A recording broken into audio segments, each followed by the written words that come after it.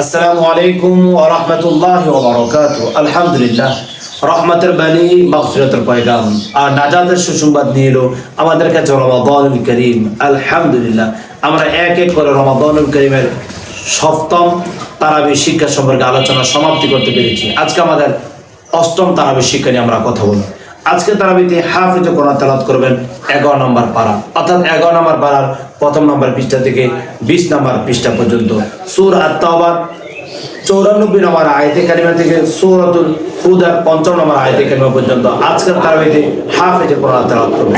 প্রথম সারিতে যে তেলাওয়াতগুলো করবেন তার মধ্যে অন্যতম একটি আয়াত হচ্ছে আল্লাহ তাআলা বলেন সূরা আত-তাওবার এর 119 নম্বর আয়াতে কারিমাতে আল্লাহ তাআলা ঘোষণা করছেন, ইয়া আইয়ুহাল্লাযীনা আমানু তাকুল্লাহ ওয়া কুনু মা'আস সাদিকিন। এই আয়াতটা আমার বড় পছন্দের আয়াত, বড় ভালোবাসারময় আয়াত। এই আয়াতের মধ্যে আল্লাহ তাআলা কি বলেছেন? আল্লাহ তাআলা বলেন, ইয়া আইয়ুহাল্লাযীনা আমানু তাকুল্লাহ, ও হে ইমানদাররা তোমরা আমাকে ভয় করো, ওয়া কুনু মা'আস সাদিকিন, আর সত্যবাদীদের পথে চলো, সত্যবাদীদের সঙ্গী হও। পৃথিবীতে আজকে সত্যবাদী মানুষ খুঁজে পাওয়া বড় দুষ্কর হয়ে যাচ্ছে। তাহলে আমরা খুঁজে খুঁজে সত্যবাদী মানুষকে তালাশ করতে হবে। সত্যবাদী মানুষ দেখে যদি চলতে পারি তাহলে হতে পারে কিয়ামতের ময়দানে আল্লাহ তাআলা আমাদেরকে জান্নাত দান করবে। সুবহানাল্লাহ, সুবহানাল্লাহ। তারা আসুন না, সত্য ন্যায় নিষ্ঠা মানুষ যারা রয়েছে তাদেরকে দেখে দেখে চলার চেষ্টা করি। তারপর সূরা তাওবার 107, 108, 109, 110 এই চারটি আয়াতের মধ্যে আল্লাহ তাআলা মসজিদে জিরারের কথা বর্ণনা করেছেন। মসজিদের জিরার প্রতিষ্ঠা হয়েছিল নবী মুহাম্মদ রাসূলুল্লাহ সাল্লাল্লাহু আলাইহি সাল্লাম যখন মদিনাল মুনাওয়ারায় ছিলেন, তখনই মসজিদের জিরার তৈরি করা হয়েছিল। তারপর নবী মুহাম্মদ রাসূলুল্লাহ সাল্লাল্লাহু আলাইহি সাল্লাম মসজিদের জিরারকে ভেঙে চুরমার করে দিয়েছেন, ভেঙে শেষ করে দিয়েছেন।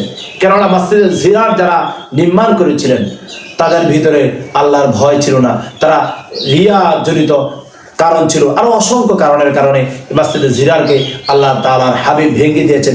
এই বিষয়গুলো আপনারা শিক্ষা গ্রহণ করার চেষ্টা করবেন। আমি আবার রিপিট করছি, সূরা আত-তাওবার 107, 108, 109, 110 নম্বর আয়াতের মধ্যে বিশাল বিস্তৃত বর্ণনা করা হয়েছে। তারপর সূরা আত-তাওবার 11 নম্বর আয়াতে কারিমা থেকে আমি কথা বলতে চাই। এখানে আল্লাহ তাআলা বড় চমৎকার কথা বলেছেন। মুমিনদেরকে আল্লাহ তাআলা পুরস্কার দেবেন, সে কথা আল্লাহ তাআলা তুলে ধরেছেন।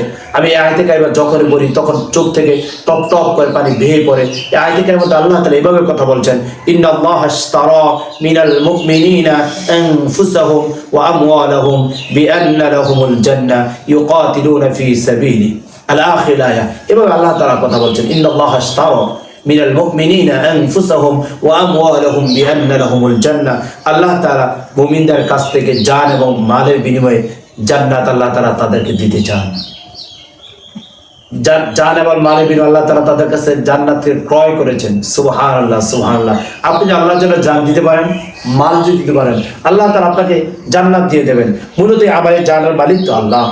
আমার যে সম্পদ, আপনাদের সম্পদ বা আমাদের যে সম্পদ আছে সবগুলো সম্পদের মালিক তো আল্লাহ। তারপর আল্লাহ তাআলা বলছেন, জান এবং মাল যদি তুমি আমাকে দিতে পারো আমি আল্লাহ তাআলা তোমাকে জান্নাত দেব। সুবহানাল্লাহ, সুবহানাল্লাহ। তারপর সূরা আত-তাওবার 112 নম্বর আয়াতের মধ্যে আল্লাহ তাআলা বড় চমৎকার 9টি পয়েন্ট তুলে ধরেছেন। এই 9টি পয়েন্ট যারা অনুকরণ করে তাদের জীবন, সমাজ, রাষ্ট্র পরিচালনা করবেন তাদেরকে আল্লাহ তাআলা সফল মানুষ বলেছেন। আয়াতে কারিমা হচ্ছে এরকম, আত-তাইবুন আল-আবিদুন আল-হামিদুন আস-সাইহুন আর-রাকিবুন আস-সাজিদুন আল-আমিরুন বিল মারুফ ওয়ান-নাহুন আনিল মুনকার ওয়াল-হাফিজুন লিহুদুদিল্লাহ ওয়া বাশশিরিল মুমিনিন। বড় চমৎকার কথা। আল্লাহ তাআলা এই 9টি গুণে তারা যারা গুণান্বিত হবে আল্লাহ তাআলা তাদেরকে মুমিন হিসাবে সুসংবাদ দিয়েছেন। সুবহানাল্লাহ। তাহলে আসুন ভাই, আমরা রমাদানুল কারীমের এক এক করে তারাবির শিক্ষাগুলো অর্জন করার চেষ্টা করছি। আমাদের হাতে যদি সময় থাকতো আমরা মন খুলে আপনাদেরকে আরো কিছু নসিহত শোনাতে পারতাম। আমাদের সময় সংকীর্ণতার কারণে আমরা কথাকে বোঝানোর চেষ্টা করছি। আমাদের এই প্রোগ্রামগুলো আপনি যদি শিখেন, দেখেন, বুঝেন, আপনি অনেক নলেজ তৈরি করতে পারবেন, নিতে পারবেন জ্ঞানের মধ্যে। আল্লাহ তাআলা আপনাদের জ্ঞানকে প্রসারিত করুক আল কোরআনুল কারীম দ্বারা। আল্লাহ তাআলা আমাদের সবাইকে দ্বীনের জন্য কবুল করুক। আমাদের আগামী পর্ব দেখার আমন্ত্রণ জানিয়ে এখানে বিদায় নিচ্ছি। আসসালামু আলাইকুম ওয়া রাহমাতুল্লাহি ওয়া বারাকাতুহু।